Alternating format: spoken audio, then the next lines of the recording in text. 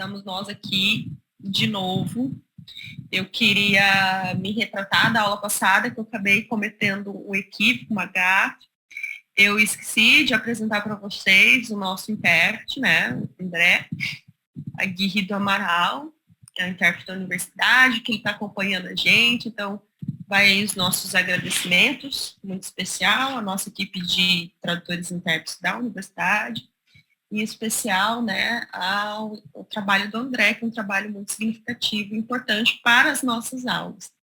Né? Então, eu queria, desde já, começar a aula me retratando, que acabei que me apresentei e não falei para vocês, né, sobre o André, sobre este serviço que ele está prestando aí para a gente. Até porque a gente vai chegar no momento da aula que a gente vai discutir exatamente, né, este serviço que o André presta aqui e que vocês terão como aliado aí na jornada de vocês como futuros professores. Bom, estamos começando mais uma aula. Essa aula, eu confesso que eu fico muito ainda confusa na questão cronológica. Se eu dou essa aula de início, se eu não dou, mas como ela explica muita coisa lá da frente, eu fico com medo de estar vago, então é uma aula um pouco mais complicadinha de se entender.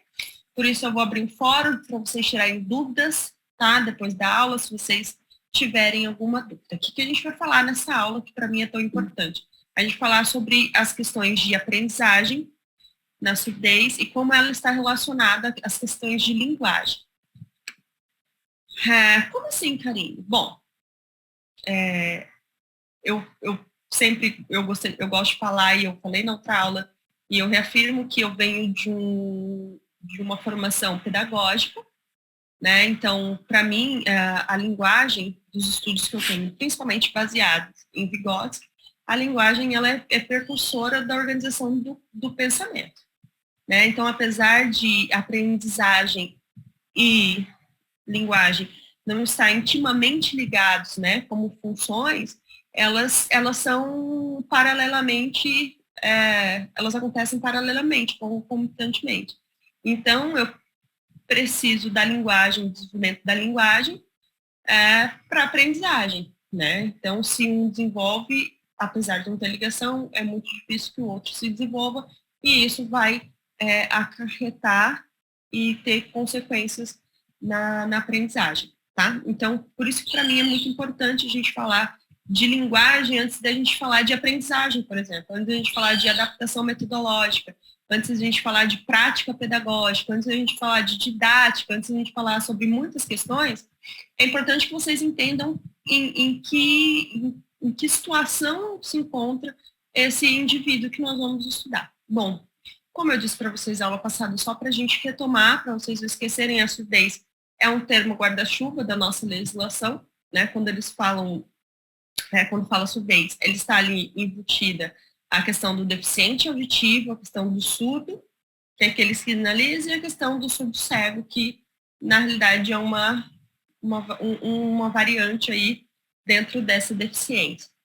Só que todos esses perfis têm desenvolvimentos de linguagens completamente diferentes. Né? O deficiente auditivo vai ter um desenvolvimento da linguagem, a pessoa que escolhe a sinalização, que é o surdo, vai ter outro desenvolvimento da linguagem, e o surdo cego, uma outra questão completamente diferente. Então, como se dá esse desenvolvimento da linguagem? Eu vou pedir desculpa para vocês, eu estou um pouco gripada da última semana, não passei muito bem, então, a minha voz mais anasalada que o normal, essas pausas é justamente por conta, né, desse resquício de gripe que eu estou vindo aí, da minha rinite eterna que eu tenho sempre. Bom, enfim, o desenvolvimento da linguagem. Vamos falar de desenvolvimento da linguagem. Aí vocês percebem já que eu uso um termo que me situa teoricamente. Eu não vou usar, por exemplo, aquisição de linguagem. A aquisição da linguagem, ela vem de uma concepção muito mais da linguística estrutural, né, com Chomsky e Saussure, do que de um desenvolvimento pedagógico, que é Vygotsky. Até dentro da própria pedagogia a gente tem ali as fases, os estágios com Piaget, mas a gente vem falando de um desenvolvimento mais global, que me situa aí nessa posição de desenvolvimento junto, né, aliado aos pensamentos, baseado nos pensamentos vigóticos, principalmente. Então, quando eu falo desenvolvimento e não aquisição, não quero dizer que a teoria da aquisição da linguagem está errada. Quando eu falo de desenvolvimento da linguagem, eu estou dizendo que eu me situo teoricamente neste lugar, muito embora, em alguns momentos eu vou falar de aquisição, porque eu estou relacionando isso a outros estudos. E estes estudos vão falar de aquisição. Tá? Então, quando a gente faz esse diálogo, principalmente na área da educação de surdos, todos os estudos que nós temos de desenvolvimento da linguagem, né, basicamente, vem de aquisição de linguagem, né? Vem dessa percepção de estágio, nível, de todas essas questões. Então, às vezes eu vou me permitir dialogar com esses estudos, porque são as referências que a gente tem no caso das pessoas surdas, né? Enfim, então, o desenvolvimento da linguagem, a criança nasce, ela vai ter um diagnóstico clínico, obviamente, você não sai da maternidade hoje sem saber, ou se tem uma noção, uma tendência muito grande que a criança é ou não surda, né, e aí, surdo de surdez, né, de ter a deficiência, e não na questão social, e aí você sai com aquela indicação. Então, desde muito cedo, faz assim, uma bateria de exames, vai ser ao médico até que você consiga chegar aí a um diagnóstico certo antes de 1 ano de idade, ou seja, antes do período de desenvolvimento da linguagem.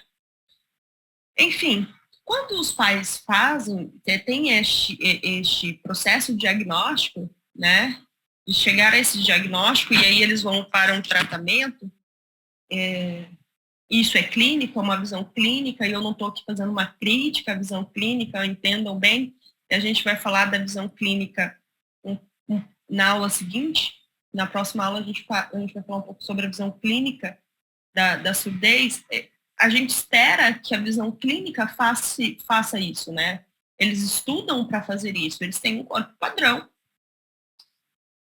e deste corpo padrão, quando tem alguma irregularidade, o que a medicina procura é deixar esse corpo mais padrão possível para dar o conforto que se tem pessoas que não têm alguma deficiência ou outras questões, outras doenças, né? Então, é isso que a gente espera que a medicina faça, sempre esperamos que a medicina faça isso.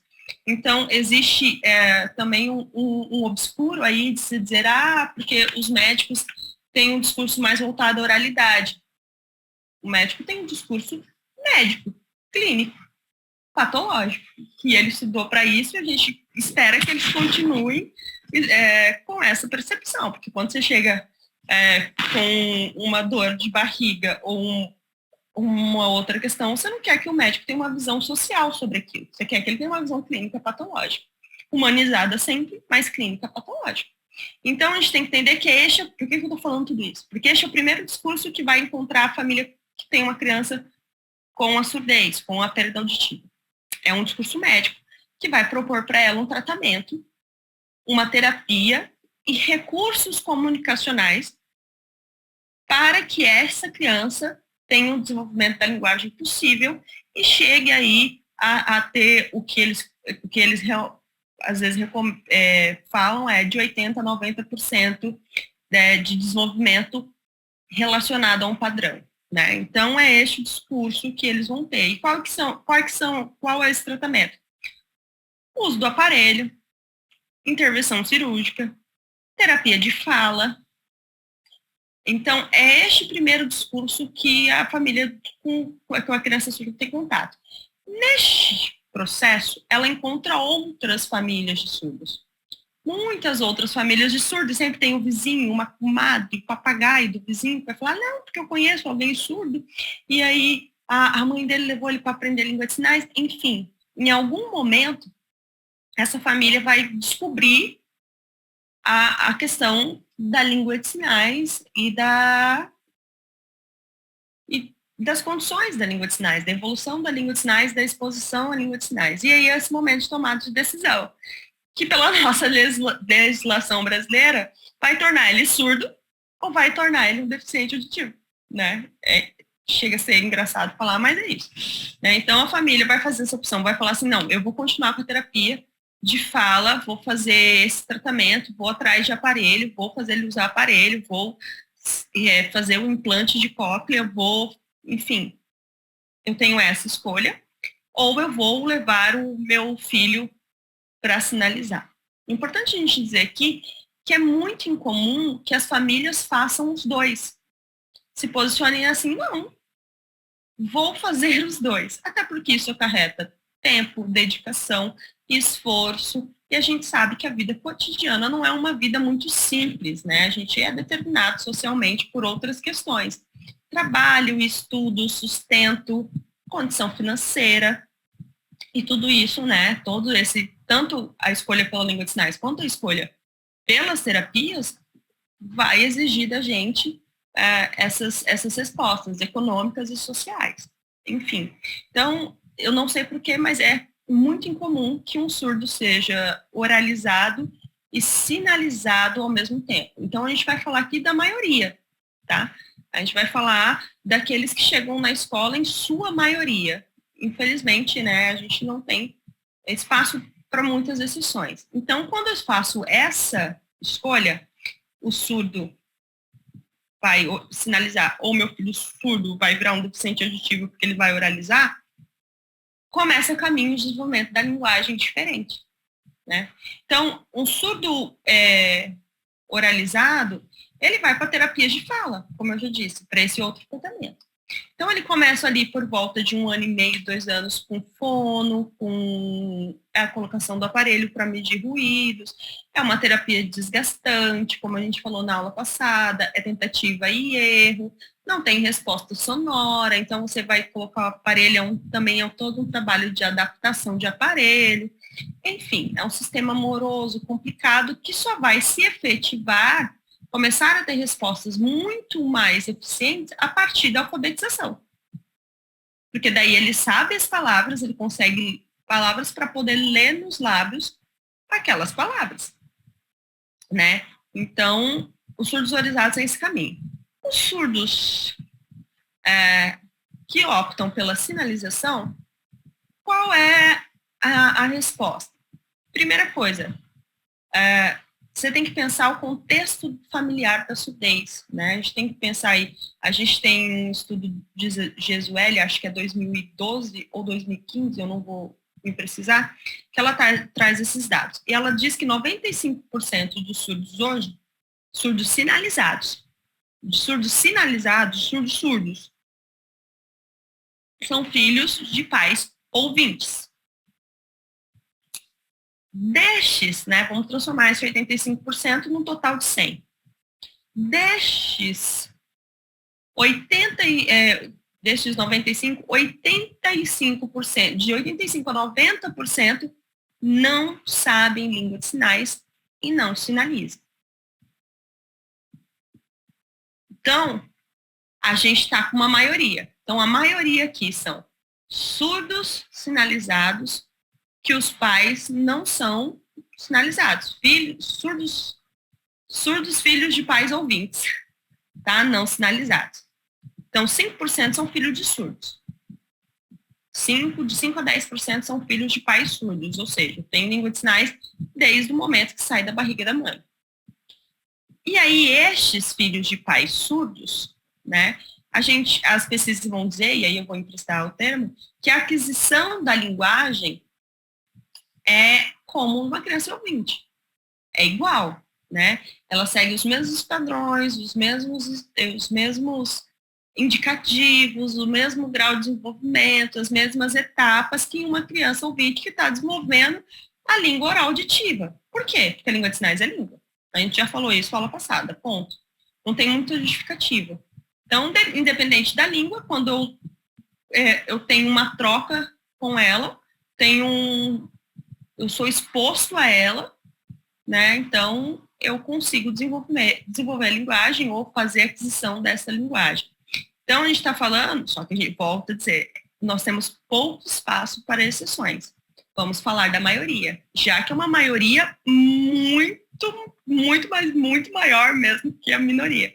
Então, se 90% desses surdos são filhos de pais ouvintes que não sinalizam, como a gente faz essa comunicação? Como acontece o desenvolvimento da linguagem? Então, é importante que vocês saibam esse contexto. Quando que esse surdo vai começar a desenvolver a linguagem?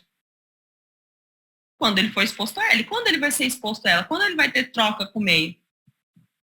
Quando isso for oportunizado. Com que idade? 5, 6, 7, 12? A gente não sabe. Então, existe essa variável muito grande no desenvolvimento da linguagem. Desculpa. Então, eu tenho uma figura aí, não sei se vocês estão vendo, mas uma figura basicamente que sintetiza o que é o desenvolvimento da linguagem para a gente. Eu tenho uma criança, outra criança, né? Ela está ali com o desenvolvimento, ela está querendo, a linguagem está vazia, mas ela está querendo. E aí, em volta dela, tem o que o Vygotsky chama de meio. E essa é a mediação. Tá? O que o Vygotsky vai chamar de mediação. Mediação não é feito por um único mediador, não é uma pessoa que vai tornar-se mediador, mas é aquilo que está entre mim e aquilo que eu preciso aprender ou desenvolver. E o que está entre nós e a linguagem? Qualquer coisa que nos exponha a ela. Então, eu tenho aí igreja, eu tenho família, eu tenho rádio, eu tenho cinema, eu tenho jornal, eu tenho amigos, eu tenho praça, eu tenho... você vê o tanto de linguagem que a criança está exposta desde que ela nasceu, né? Tanto meio que está mediando a linguagem dela, né? Quanto meio está mediando a linguagem dela, e aí, nessa mediação, quando eu recebo essa imagem, essa linguagem, um modo que eu vou recebendo, eu vou também desenvolvendo a minha linguagem dessa interação, porque daí também eu devolvo essa minha linguagem para o meio, posso ser compreendido e posso não ser compreendida, e conforme eu não vou sendo compreendida, eu vou acertando a linguagem. Isso é a mediação, isso é a interação com o meio. Então, para Vygotsky, a linguagem se desenvolve na relação e na mediação com o meio, meios sociais. E eu só posso desenvolver isso socialmente. A linguagem é algo que pode ser aprendido ou adquirido, mas ela é desenvolvida, né, nas relações sociais. Vocês conseguiram compreender a minha concepção de linguagem? Dito isso, vocês conseguem fazer uma analogia do que a gente falou no slide passado? Qual é o meio da criança surda? Se ela, vamos lá, vamos tirar daqui os meios da criança surda. Se ela não escuta, TV não vai adiantar, rádio não vai adiantar, jornal não vai adiantar, amigo não vai adiantar, porque todos eles falam. E se os pais não sinalizarem, família também não vai adiantar. Como a surdez é uma deficiência essencialmente social, a linguagem, o desenvolvimento da linguagem da surdez fica comprometido justamente por causa das trocas com o meio. Então, é isso que a gente precisa pensar. Se eu não tenho esse desenvolvimento da linguagem, como eu vou fazer a aprendizagem? Guardem essa questão. Vamos ler aí o slide, que eu acho importante essa citação, que Lodge do Luciano vai falar assim, portanto, o que irá determinar esse desenvolvimento, da linguagem, são as relações que as crianças estabelecem com seus interlocutores, usuários da língua, né? Tanto crianças surdas quanto crianças ouvintes, no seu período inicial. Então, elas fazem o uso dos gestos, né? Criança ouvinte também não sabe falar, ela vai apontando, e aí você vai dando para ela as suas pistas de linguagem. Isso é você quer água. Água, você quer água. Ela vai ouvir a água e vai reproduzir a água. Agora, quando a criança não ouve, ela não reproduz. Então, aí no período seguinte, ela faz as primeiras palavras, ela vai reproduzir as primeiras palavras, até ela conseguir fazer os esquemas complexos, as trocas, né? Então, ela vai conseguir determinar, por exemplo, que caneta, não é só essa caneta que eu aperto. Apesar dessa caneta que eu apresento para ela no primeiro momento. Quando ela vê outras canetas, ela vai conseguir relacionar o conceito de caneta, mas isso numa fase mais de desenvolvimento muito mais avançado, do contínuo do desenvolvimento da linguagem. Mas se eu não tenho o início do desenvolvimento, não tem como ter contínuo, não tem como ter continuidade. Então, é exatamente isso que acontece com as crianças surdas. E aí, Eulália Fernandes, em 1998, que ela vai falar sobre o desenvolvimento da linguagem das crianças surdas, ela vai falar assim que a ausência da audição impede o contato direto com a linguagem oral. Ok, isso está posto. Mas a consequência disso para o surdo é que ele pode apresentar dificuldades em abstrair conhecimentos subjetivos do mundo. E aí eu preciso fazer um parêntese muito grande, porque o que ela está dizendo não é que a língua de sinais não consiga passar conhecimentos subjetivos. Não é isso. E aí a gente ouve muito isso. Ela não consegue conceitos abstratos por conta da língua de sinais. A língua de sinais não consegue passar conceitos abstratos. Não tem nada a ver. O que ela quer dizer com conceitos subjetivos de mundo? Aquilo que fica acordado na oralidade e que o surdo não tem acesso. Quantas coisas se tem um acordo social subjetivo e ninguém fala? Ou quando fala é sua mãe na sua casa. Por exemplo, não é bonito chamar as pessoas de gordo. Isso é só sua mãe que fala. Mas, socialmente, isso é uma combinação. A gente não chega num lugar sem dar bom dia. Apesar de dizer que em Campo Grande a gente não dá bom dia para as pessoas. Existe, né? Quem falou isso? Onde está essa regra? Você estuda isso na escola? Isso é uma subjetividade nacional. Fica subjetivo que quem chegou no lugar dá o bom dia e não quem já estava lá. Mas quem que te explicou isso na sua vida?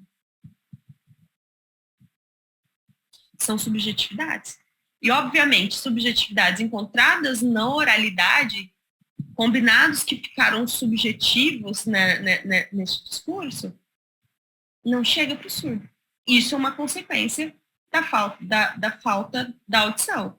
Né? Então, a aquisição dessas questões mais abstratas, que não se materializam no discurso, fica comprometida. Diferente de dizer que a língua de sinais não passa conceitos abstratos. Tá? E aí, a gente pode falar disso em outro momento, quando a gente vai falar sobre a língua de sinais mesmo daqui 2 aulas, assim, explicar para vocês o grosso da língua de sinais, é que os conceitos abstratos, eles são difíceis dependendo da cultura e de onde você vive. De sua religião, de coisas que compõem a sua identidade. Até porque se eu perguntar aqui o que é Deus, num fórum e deixar vocês explicarem, cada um vai ter uma explicação. Então, o problema não é o conceito, e nem a língua que vai explicar ela. É aquilo, são exatamente essas questões subjetivas do mundo e da oralidade. Tá? Bom, então, Vygotsky vai dizer, né, que o aprendizagem e o desenvolvimento da linguagem estão interrelacionados, eles são relacionados desde o primeiro ano de vida da criança, mesmo que ele não aconteça de maneira concomitante. Então, eu tenho primeiro o desenvolvimento da linguagem para depois ter a aprendizagem, mas o fato dele estar desenvolvendo a linguagem, ele está aprendendo sempre algo novo. Né? Obviamente, quando a criança aprende uma palavra nova, que é o desenvolvimento da linguagem, é também algum tipo de aprendizado, porque daí ele chega na questão de conceitos. Né? Só que o que acontece na questão da linguagem? Por exemplo, este esquema que vocês estão vendo aí é um esquema de desenvolvimento da linguagem natural. Então, as crianças vão de gestos. Aí as crianças ouvintes iriam para a linguagem oral, enquanto os surdos para a língua de sinais. Aí elas vão começar a desenhar, né? Que daí você dá o desenho para elas transformarem aquele desenho na língua escrita. Aí você pode ver o que acontece com os surdos, nesses traços mais abaixo. Então, tem crianças surdas que vão de gestos para o desenho. Ela pula aquela fase inicial, desenvolvimento da linguagem. Ela não tem essa primeira fase, a não ser que ela seja filho de pais surdos, não é desses que nós estamos falando. Então, ela vai para gestos. Ou ela vai direto para a língua escrita. Né? E o ideal seria que ela fosse da língua de sinais para a língua escrita, que é isso que as pessoas vão dizer. Né? Que para você aprender o português escrito, você precisa primeiro ter uma língua desenvolvida, você precisa ter uma língua, ou a primeira língua, ou adquirido uma língua, enfim. Mas isso não acontece. O que acontece é que, às vezes, da língua escrita, do que as crianças aprendem, elas voltam para a sinalização. Então, daquela palavra lá que eu estou aprendendo bola, eu vou fazer que o sinal é bola. Isso começa a acontecer em conjunto, principalmente em crianças que vão ser expostas ao desenvolvimento da linguagem a partir do momento que elas vão para a escola. Porque em casa não tem nada. Não tem. A mãe não sabe língua de sinais, o pai não sabe língua de sinais, o que eles fazem são gestos caseiros, não é uma língua estruturada. A mesma coisa acontece com todo o círculo social que envolve a criança. Avô, tio, lá, eles vão apontar, tal, e o que mais. Aí, quando a criança vai para a escola, como a mãe optou pela língua de sinais, dá ela o direito de ter um intérprete. E aí ela vai pedir um intérprete. E aí vai aquele intérprete ser um modelo referencial, ser o meio de interação da linguagem para aquela criança surda. Né? E aí muita gente vai fazer essa crítica que o intérprete ouvinte não é um modelo linguístico almejado, né? Um modelo linguístico favorável para o desenvolvimento da linguagem, até porque tem a questão de que para ele a língua de sinais não é a primeira língua, é a segunda língua, enfim, pode ter erros aí, ter ruídos nesse desenvolvimento, mas o fato é que a maioria dessas crianças fazem o desenvolvimento da linguagem a partir deste referencial, de ouvintes que estão ali para serem intérpretes, ou como a gente chama aqui no estado, de instrutor-mediador, fazendo ao mesmo tempo a introdução da língua de sinais, ensinando a língua de sinais para a criança que não sabe. E aí eu tenho vídeos para mostrar para vocês, vários, se a gente tiver a oportunidade da minha pesquisa de doutorado, deste momento, que as crianças estão aprendendo a língua de sinais e a língua portuguesa em conjunto. Apesar dos estudos dizer que não. Você precisa primeiro saber a língua de sinais para depois saber a língua portuguesa. Você não faz isso em conjunto. Mas o processo de desenvolvimento da linguagem que tem acontecido, na realidade, é este, tá? O que não se pode fazer, e por que eu falo da linguagem? O que a gente não pode fazer é desassociar, né? O que acontece? Quando a criança tem lá esse desenvolvimento da linguagem, ela cresce um pouco mais, e aí ela conhece outros surdos. Até na própria escola de inclusão, ela vai para uma escola inclusiva que tem ali mais 2, 3 surdos. Tem ali mais surdos, e aí conforme ela vai crescendo, ela vai fazendo mais amizade, ela vai se expondo mais à língua de sinais. Há mais meios sociais, mais interações sociais, a linguagem dela vai se desenvolver mais rapidamente.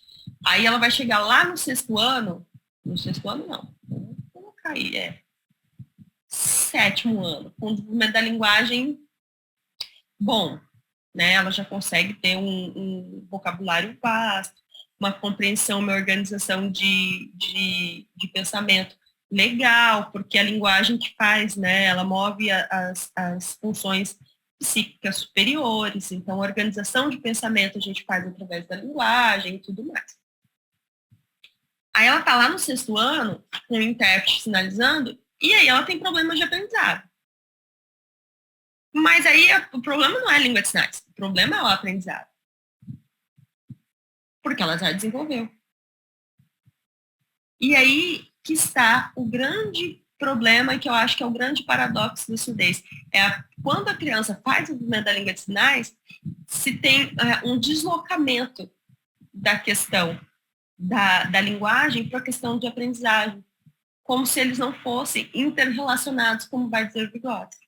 E aí, Góes vai falar para a gente o seguinte, existem 2 problemas de a gente fazer isso. E a gente distanciar a discussão da aprendizagem da questão da linguagem. O primeiro é que a gente esvazia uma discussão que é muito importante. E a gente reduz a questão da linguagem a zero, como se está tudo bem, como se surdos... Desculpa, como se a maioria dos surdos, filhos de pais ouvintes, não sinalizados, só começassem a desenvolver a linguagem quando chega na escola, não fizesse diferença. Isso é a primeira preocupação. Então, a gente usa a linguagem ou a língua de sinais apenas com uma redução de expressar o pensamento. Ele consegue expressar e proporcionar comunicação. Ótimo, é só isso. A gente não relaciona a aprendizagem à linguagem mesmo. Então, quando a gente se associa, a gente está dizendo, não, que se eu consigo me comunicar, eu não tenho problema no desenvolvimento da linguagem. Oi? Esse é o primeiro pensamento de Góes aí, que ela falou para a gente em 2012. E aí ela fala que a outra coisa é o risco de limitar a busca de conhecimento sobre a constituição social de problemas constatados em casos de surdez, ou sobre circunstâncias favoráveis ao aprimoramento dos processos cognitivos dos surdos. Então, se a gente se desassocia da linguagem, a gente vai falar assim, então a gente não precisa estudar linguagem. E se a gente não precisa estudar linguagem, a gente esvazia também os conhecimentos cognitivos relacionados à surdez e à linguagem. Então, para mim, é muito importante que a gente tenha essa aula, porque eu tenho que lembrar sempre, como professor, que não é porque o meu surdo está sinalizando, e o surdo da minha sala está sinalizando, e está compreendendo o intérprete, que ele consiga fazer essa organização, essa aprendizagem. Porque ele só começou a aprender depois de um tempo muito grande de, palavra vou usar, eu sou sei lá língua de sinais, de vácuo, de zero, de nada.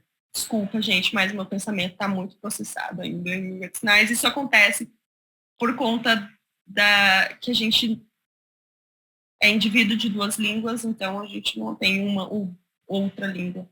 A gente consegue passar conceitos melhores na língua que a gente se sente mais confortável para aquele conceito, tá? Isso acontece muito com quem fala inglês também. Bom, vamos lá. Então, é muito importante que crianças surdas tenham relação com outros surdos para o desenvolvimento da linguagem. É muito importante. É muito importante que ela tenha acesso a pessoas fluentes em língua de sinais, sejam ouvintes ou surdas. É muito importante.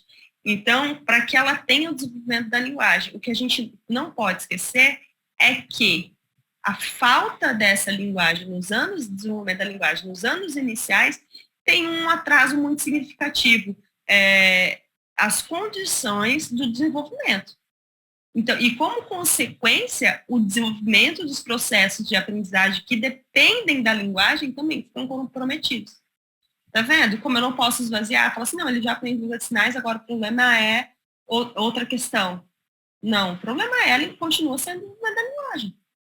Porque é o desenvolvimento da linguagem que dá como consequência o desenvolvimento de alguns outros processos que dependem dela. Organização de pensamento, a própria aprendizagem,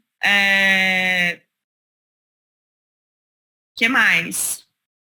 Outras coisas que a gente pode falar que são consequências do desenvolvimento da linguagem. Subjetividades sociais são consequência do desenvolvimento da linguagem. A própria organização de si é uma consequência do desenvolvimento da linguagem, que é essencial para a vida cotidiana. Então, aprendizagem e linguagem, desenvolvimento de linguagem e aprendizagem são coisas relacionadas, que eu não posso esvaziar essa discussão, eu não posso perder isso de vista quando eu tiver um aluno surdo. Bom, e aí a gente tem que falar um pouquinho da exceção, que são os surdos sinalizados, mas eu vou falar bem por cima, só para vocês terem uma noção, porque eles vão chegar na sua sala de aula também. Aquele surdo que optou por não fazer esse desenvolvimento da linguagem dessa forma, sinalizada, que vai fazer o desenvolvimento da língua oral, também é muito complexo. Também tem uma defasagem. Também, né, é como os próprios médicos, quando você tem uma criança surda, eles vão te indicar, você vai ter terapias de fala, que ele vai conseguir ali chegar a 80% a 90% do que se é esperado. Não é 100%. Mas para ele chegar a esse 80%, 90%, ele tem que ter uma terapia de um tratamento muito eficaz. E isso não acontece de maneira rápida, assim. Esses 80%, 90% você vai conseguir com anos de terapia. E isso estou falando para qualquer deficiência. Como eu disse para vocês, eu tenho um filho autista. Ele começou a falar com 5 anos de idade. 5 anos de idade, né? Em fono. Fazendo fono, desde os 8 meses. E até hoje, né, quando o Henrique fala com a gente, você vê que ele não tem um desenvolvimento da linguagem completo. Ele não tem. Ele tem 12 anos de idade agora. Ele não tem. Só que até os 5 era nenhum. Você falava assim, meu Deus, esse menino não vai falar.